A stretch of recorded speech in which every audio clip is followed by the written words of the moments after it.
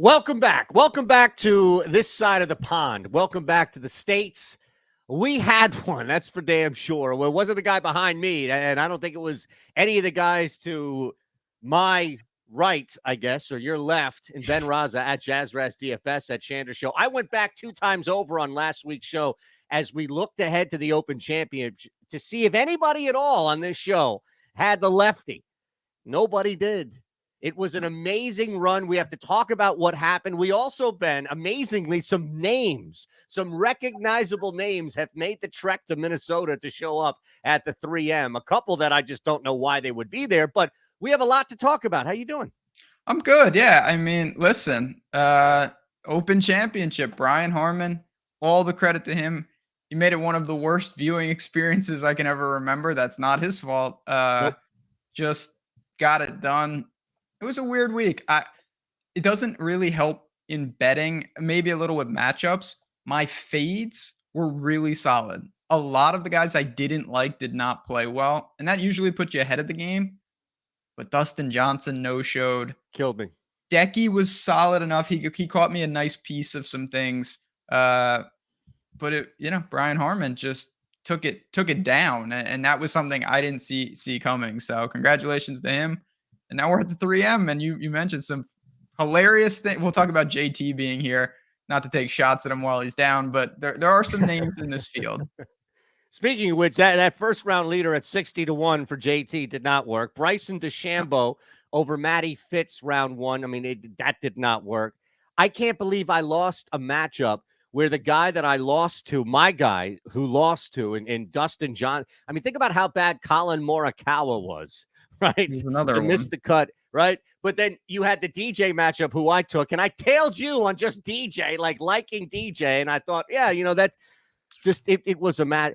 You know what actually was in play coming in? The lone bet that I made pre-tournament, well, 2, Tommy Fleetwood right away at top 5, but the lone bet that was still alive of all things, Ben, before we get into the 3M that I had that was still alive coming into the final day, of all things, a 38-1 long shot. Fleetwood, Hovland, Fowler, all top 10, no dead heat. Exactly. Look at your face, God. right? Yeah, that's not good. That wasn't even sorry.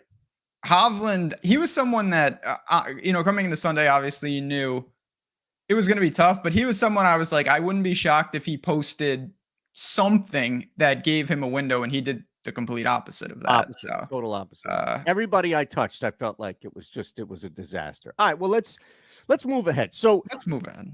Yeah, please. Let's move ahead because I've got some thoughts here. We are in Minnesota. This is not Royal Liverpool by any means, but you can draw some comparisons, I think, as far as like guys who have come over. Cam Young, you're going to see, is right there at the top, but no Rahm odds or no Scotty odds. Nobody's coming in here as like a 7 or 6-1 favorite. So we've got names to look at, my friend. We remind everybody here, of course, thumbs up, subscribe. You're with us every week. We look at the biggest. We're live also on the podcast. So make sure, not technically like live, doing it live, but you can hear us on the podcast. So make sure you want to take us on the road. This is an easy 15 to 25 minutes, depending on the week, that you can spend with us. We'll tell you about Bet365 coming up. But the course itself, there's some things to look at. Water is in play in a lot of these. It's not the easiest course, but it does. So this is kind of the overview that I have, and I'll throw it right to you, Ben. It's not the easiest course, yet we'll see scores probably at like minus 18 or so to win this. But it's not going to take every day. Guys are going to have to work for some birdies. Guys are definitely going to have to work. But there's, I don't want to say it's gimmicky, but anytime you have like a lot of bizarre hazards like that, it does bring an element of like Florida golf, where the line between, oh, he got away with it and he's looking at double or triple is a bounce. And that's just kind of what you're dealing with. So if the wind picks up, it could play difficult. If not, guys are going to score. There's no doubt about that. And I think we know what we need. We've kind of seen this tournament in recent years. Part of it, when you have weak fields, I don't know if you get like a type when a good player comes, like when Tony Finau wins the 3M, it just means that the field he's one of the better players, maybe the best player in the field, and we see that even here. So driving distance, the Cam Champs of the world, maybe they have some abilities here, but the board is wide open, as you mentioned. Cam Young, who has no victories, leads us off, followed by, guys that are either not playing good or not used to being inside 30-1. So this is what I want to do this week, right? Just throw you on the spot immediately. I'll follow up with the name, assuming that you're not rolling with him as your number one pick, but I doubt you are. So I'm confident in that. Give me a name. And by the way, Aberg has since dipped. He was at 30-1. I mean, you can shop. We'll tell you about this across the board. So I'll throw Cam Davis in here as well. We'll go 30-1 down. Give me a name of these men right here participating at the top part of the board at the 3M in Minnesota that you are going to fade no matter what, like the ultra fade. You are staying as far away from one of these guys as humanly possible. So it would be Sepp Straka. Not because, this is always the age old, like, what are you talking about? Like, would you rather have him playing like JT? Well, no, and obviously not. But look at the board and just look at it quickly and run down the names. And which one, it's like, wow. One of them doesn't belong.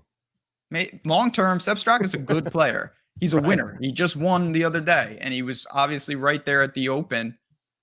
But he is now being priced for that. And if he continues it, more power to him. But I think you're paying the tax for the recent form quite severely. So I just look at it. It is nothing against him.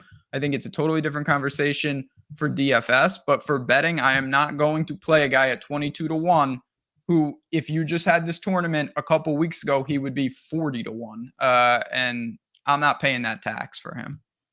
Can't fault you that at all. The one guy I would throw out is, and look, I get it with the top 30s, but do you have any, maybe you do. Do you have any confidence, and maybe it's the number, but do you have any confidence that Sung Jae Im could take advantage of even this field? I don't anymore. And I'm happy to be proven wrong by him, but he has significantly struggled and yet still found, like, he's the poor man's version of Scotty Scheffler, right? Like finding a way somehow to finish top 30, yet it doesn't look pretty at all.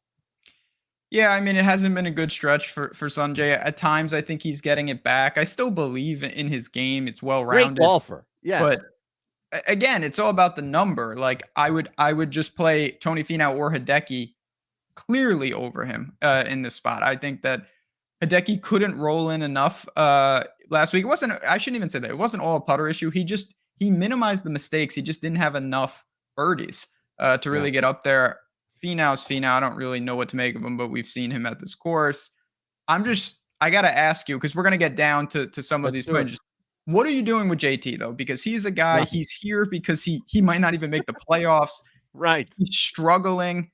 Right. I thought, to his credit, I thought it was pretty cool that he went out there Friday with no chance to make the cut, and he battled and he showed some flashes, but that's a real big spin zone to take positives from JT right now, because he is lost with his game.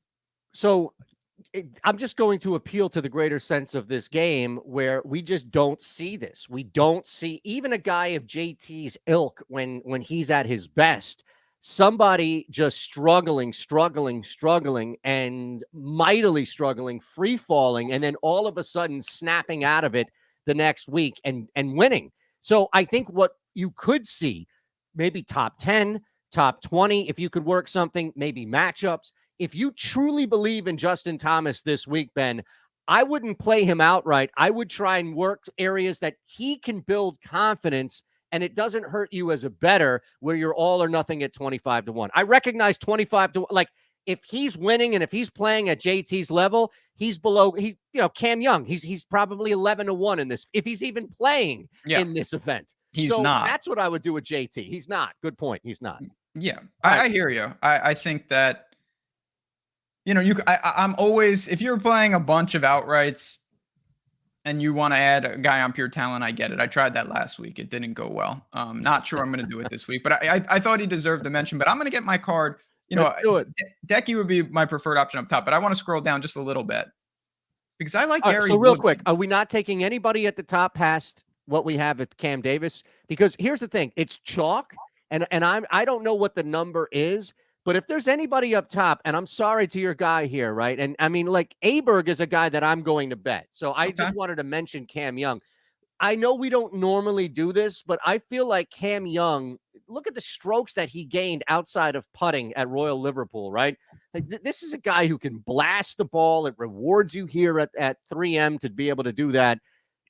I feel like this is a guy who, playing the way he is and then fit for the course, if Finau were playing any better than he was, we would slam Finau in this event. I feel like Cam Young is worth a mention here, even though he's super chalk. So I'm just going to put him up. I don't know if you're just avoiding him because he's super chalk or if you just don't like him this week, Ben, but I just wanted to mention him before you start going down a little bit. No, I don't have a strong take on him. I think it's a pretty fair price. I don't think it screams value. It's ironic to me that just a couple weeks ago Cam Young was like this guy's not even a tour worthy, and then he played well at the John Deere and well at the Open, and now everyone's right back in his camp. I'm just not sold on 14-1.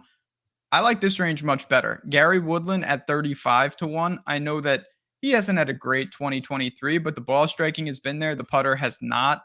It's Gary Woodland. He's got experience. He knows what he's doing, and you're getting clearly a better price. And again, I look at the irons, I look at the ball striking. He still has made 5 straight cuts. He was 14th at the Masters, 14th at Wells Fargo. He hasn't really put it all together this year, but I'm going to go to him and I'm going to go to Jaeger. I'll give you a 1-2 punch and then I'll pass it to you. Everyone I know is betting Jaeger. We've all been doing it for quite a while, but he does seem close. And 40-1, I think, is basically the line that you can still do it at. That's a good number for him. I'm totally with you on Woodland. I do feel like Jaeger has that soon to pop feel to him, especially as we've been talking about him almost weekly, right? Where Yes, everyone found a has. way. Exactly right. But I don't feel like this is similar to if it's Thigala or if it's Maverick, right? Where it's just like, it's going to happen. And you're just like forcing it mentally without something there.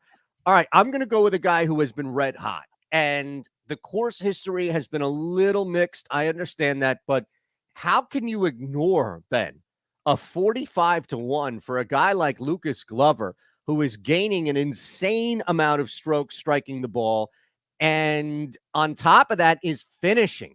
This is a ridiculously lower field here, and yet still, I think this is more about the overall body of work than what we've seen as a recent tear for Glover. So I'm willing to take a shot at 45-1 on Glover. So that's a tricky one. So first thing, I'll get you a 50-1. Make sure you shop these. I found 50 on Glover. It is out there. It's just a fascinating year. He didn't have a top 20 for basically a full calendar year since August of 2022. And then he went 4th, 6th, and 5th in his last 3 starts: Rocket Mortgage, John Deere, and Barbasol. Now, his ball striking has always been there. Look at that, though. He's gaining an insane. That's like top level how he's gaining strokes striking the ball. Absolutely. It's not that, though. He's found the putter in 2 of 3. There you go. Like, he's really. They say he's, switch, all that stuff. I'm not going to get into what goes on. People attribute it to a lot of things. Maybe he did find something with a new putter or whatnot. I get it. He has to roll it like all these guys. He's no different than Woodland and Jaeger in that regard. Without putting, you're not going to be able to score enough at a place where 20 birdies is going to be certainly necessary. So I get it. You want to find 50. Maybe there's better than 50 out there. There are a lot of books. Right. I know we talk about that all the time. There's books all over the place hanging very generous numbers. All right. So I'll throw it back to you, my friend. And don't worry, I'm not taking Eric Cole to win, but at 45-1, don't get it twisted, my friend. There will be an Eric Cole play on the card. It's just a matter of where and what. So we keep it moving here. Do you want to? I've got a longer shot, but I'm curious where you go. So I'm gonna go to Doug Ghim. That is one of my. Again, it's not like, oh, no one's ever heard of Doug. People know Doug Ghim. No. We've talked about him. Of course. He's been great. 80-1 is out there. Again, we're on DraftKings. I think they have the cleanest interface, and I obviously like what they do, but they don't have the best odds on Doug Ghim right now. 80-1 is out there. The guy, like many guys, Justin Suh comes to mind. Doug Ghim, he got on tour. flashed a little bit, lost it completely. Now he's coming back stronger. I think that's a very reasonable trajectory for someone who's ready to get it done.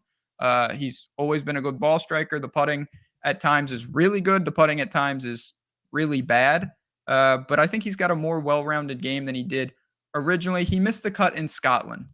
I Yep. don't care about that. It has nothing to do with the 3M. Before that, 26th at John Deere, 33rd at Rocket Mortgage, 15th at Travelers, 12th in Canada, 19th at the Byron Nelson, all positive tee to green.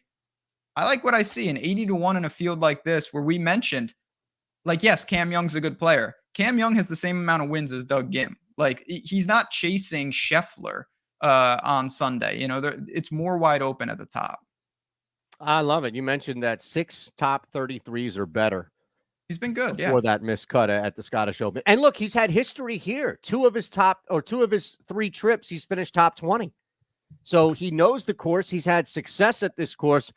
I saw him at 90-1. Yeah, it's come down at one point, and it's gone down. So I think you're on to something. The fact that you still have it at 80-1, that's fantastic.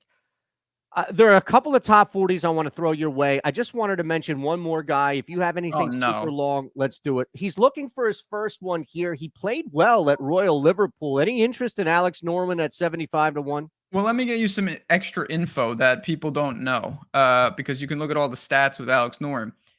He played well at Royal Liverpool because something changed, and that something would be that I didn't use him in DraftKings for the first time in about 3 months.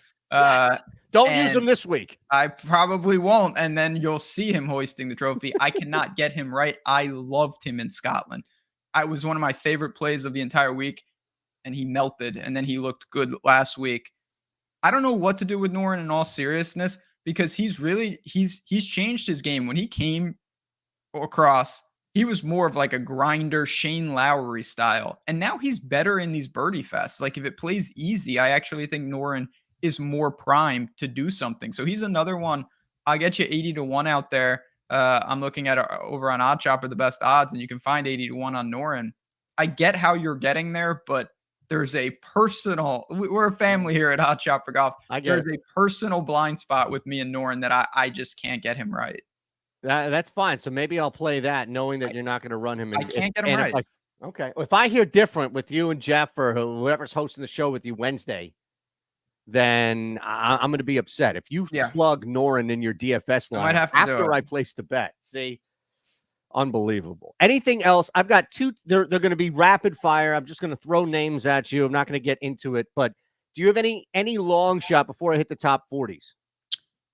Like, this is insane. If you're 130-1 in this field, you are not playing good golf. No, I'll say this. I always think that there is a argument to be made for betting on blind talent, and the one guy that fits that is Sam Bennett. We just don't know anything really about Sam Bennett because he hasn't been on tour for that long. And there's a chance that Sam Bennett is just amazing. Like, and he's going to take leaps very quickly on tour. I think that's probably a stretch, but we've seen it with like Higo and some of those guys where they just like get on tour and they win pretty quickly. And so I wanted to mention him. I also want to mention, I know we've talked a lot about this, and you know better than me, because apparently there are whispers that it's coming to your state. When you talk about the longest shots, this is where shopping is like exponentially more important. And Bet365, one of the many books that allow you to say, oh, wow, he's 100 here and he's 150 at another place. Maybe one day soon you're going to have access to Bet365. I hear. I can't wait, because I'm right over the bridge in Jersey, and I get texts or I get screenshots like, you just tweeted this at +500, whatever it is, and I got it at Bet365, and it's just every day I'll get a tweet or something, and it's usually from the same couple of people who are in New Jersey who have signed up, and they're basically just trolling me. Ha ha! You thought you got the best price at +102. I got it at +110 on Bet365. And of course, OddsShopper goes hand in hand, but that's why we want you signed up. That's why we have that link. So if you're in a state, as you know, that has Bet365 and you haven't signed up, you're basically doing yourself a disservice. EVR, didn't he go to school in Minnesota? Doesn't he have a connection in Minnesota? I think he went to the University of Minnesota. Yeah. All right, I'm going to throw 2 guys out at you, all right? One is just because of, I think, how well he's played correlated to this field, plus money at top 40. I'm going to throw Ches at plus 110. And the other guy is just a matter of history, right? Like I was reading up on this and I didn't even know it until I read up on it. But Adam Long is a horse for this course. And that's a guy that I would throw in top 40 at plus 170, despite him being just a horrific golfer, even compared to this field. So, yeah, I mean, two different types of players. Ches is just doing it. I believe it's 4 straight top 40s, all leaned on with the approach numbers. Ches is a streaky golfer. When he's playing good, you kind of tend to keep playing him. And when he's playing bad, I kind of wait and see. Adam Long's completely different. He's had an awful season. He has done absolutely nothing, but he did gain strokes across the board at the Barbasol. If you want to say maybe that's a catalyst, you go in a weak field, you come in 16th. We know we can play. Obviously, you mentioned he's done some things at this course with a runner-up. Amazing. And 3 straight really, really good results here. So I get it. It's just a matter, was that result at the Barbasol real, or was it just an outlier? Probably an outlier, but then you add plus 170 though.